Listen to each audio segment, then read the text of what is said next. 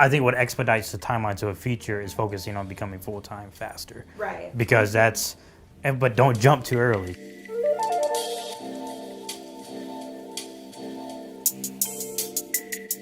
We have a couple of young filmmakers coming in. They just started their video production company roughly a year ago. They just, I guess, kind of want to pick my brain a little bit, which I'm honored that they want to even do that. They even thought to do that. And I just hope that we can give some good feedback to them. It's all about just saying the experience, not really telling how to. What I want to figure out is exactly what you guys expect kind of out of this meeting. So what would you say is the main issue or heartache as far as getting kind of like the paying clients for you guys? Because I mean, everyone, like, our end goal is to do features, Right. and everyone that I ever talk to, that's the ultimate end goal. Right. So it's like, I want to get like pretty specific. We would love to be able to quit. We have day jobs. Yeah. And quit our jobs and just, pursue like producing full time. Yeah. That would be our dream. Yeah. But just kind of how to get there. So even if we come to them with like a bigger budget and say, okay, well, this is how much it would like realistically cost you. Yeah. They'll honestly just say, not worth it. Can't do it. Yeah. Yeah. Yeah, that's one thing. So one of our biggest clients is, and how we got that client was just a bunch of hustle, really. Like, and I was like, hey man, we got a whole company, we can take on these projects, because I knew they were doing other projects. 2 years later, after doing these one-off interview things, they finally were like, okay, yeah, we're using up everyone that we know so far, so we're taking a risk on you guys. They used other production companies, and if they don't like one thing that they did, they were like, all right, never again, not using them ever again. So he was like, I'm afraid that's gonna happen to you guys if you mess up on one thing.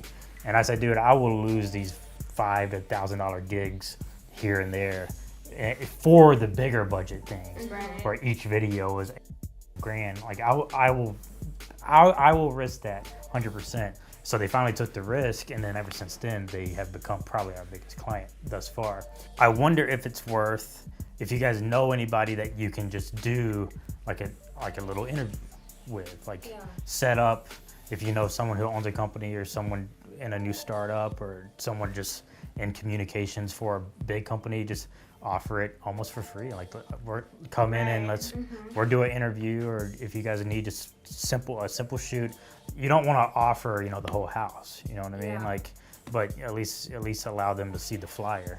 Because I mean, just one thing that I was doing was trying to hire everyone that I knew I could do their job. Okay, I can hire an editor, or I can hire more PAs and all that, or I can hire a producer that's probably a little more experienced than us and that has more connections than us. So that way we just make an impression on them. So when they go to their next client and their client's like, okay, we want you to team up the whole crew, they call you guys as being the company.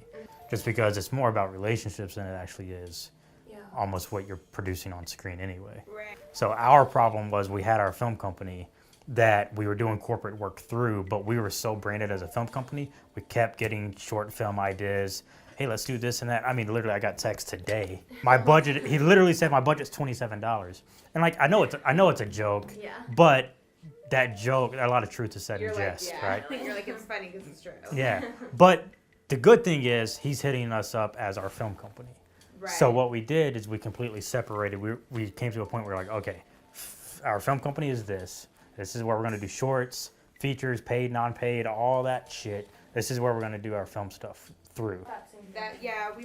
We've actually been approached about that because our logo is like more comedy based, and we want to do more dramas. People are like, Or even for corporate stuff. Like, See, that's what we came to a point where we had to separate the both, because it was kind of hurting both worlds. Like, when we had a conversation with, and it's almost playing two personalities, honestly. But when we had a conversation with like a corporate client, while we were still under our film name, they were like, oh, so on your website I see you got a lot of films, or so do you guys really do corporate? Like, why are you doing corporate? And then vice versa, when we had a conversation with corporate client or with film people, they're like, oh, so you guys aren't experienced enough to not be doing corporate stuff. Yeah, and that's one thing that we've done extremely well, is manage corporate clients, because that's our bread and butter. Right. But it's bread and butter in the sense that we like it. It's not that we just do it to pay the bills. We do it because we actually love doing it. And then on the other side, we're doing films. what we do in the corporate world lends us the ability to take 2 months off to do a film like we did last year. Right. And so I had come up with like a pitch for them, and they dismissed it and whatever. But it's like a good idea. Yeah. Like, how would you? Because it's like one of those things where it's like I don't want to just go pitching it to anybody, because then they could just be like, "Fuck it, we're just gonna do it on our own." Yep. So it's like pitching it to a company where they couldn't just be like, "You guys are small eggs. I'm gonna go take it to Yeah. this place who can do it big." Well, the harsh truth is you can't prevent that. Right.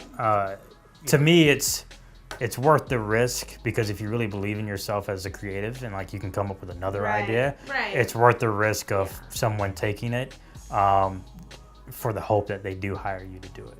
And that, I mean, that's one thing that we've tried to do too, is always make decisions and focus on the long-term game versus the short-term gain.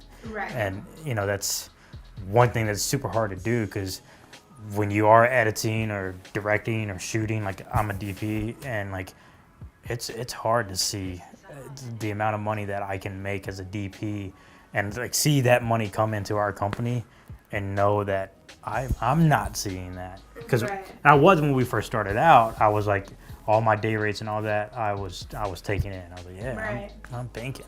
And then I was like, you know what, my company's not going to grow until I put money back into it. So myself and my partner and all of us are on salaries now. And no, it doesn't matter if I make 12 grand in a month as a DP, I'm getting my same basic salary, and all that's going back into the business to pay for these videos, to pay for social media posts and advertising. Right. And this is something we didn't do that I wish we did in hindsight, because I think it would have helped us get out of our full-time jobs faster, is go ahead and it doesn't matter if it's a separate business account or whatever, but go ahead and create some salary that you guys could live off of, and start putting a percentage of that, if not 100% of that number, to another account, as if you are paying you guys Okay. as a salary. So that way you become full-time quicker, because then at that point, when it is time to make that leap, you're already used to saying, all right, well, we bring in 10 grand a month. We know 5 grand is our salary split 2 ways. So, and we've been doing that for the last 2 years or whatever. Right.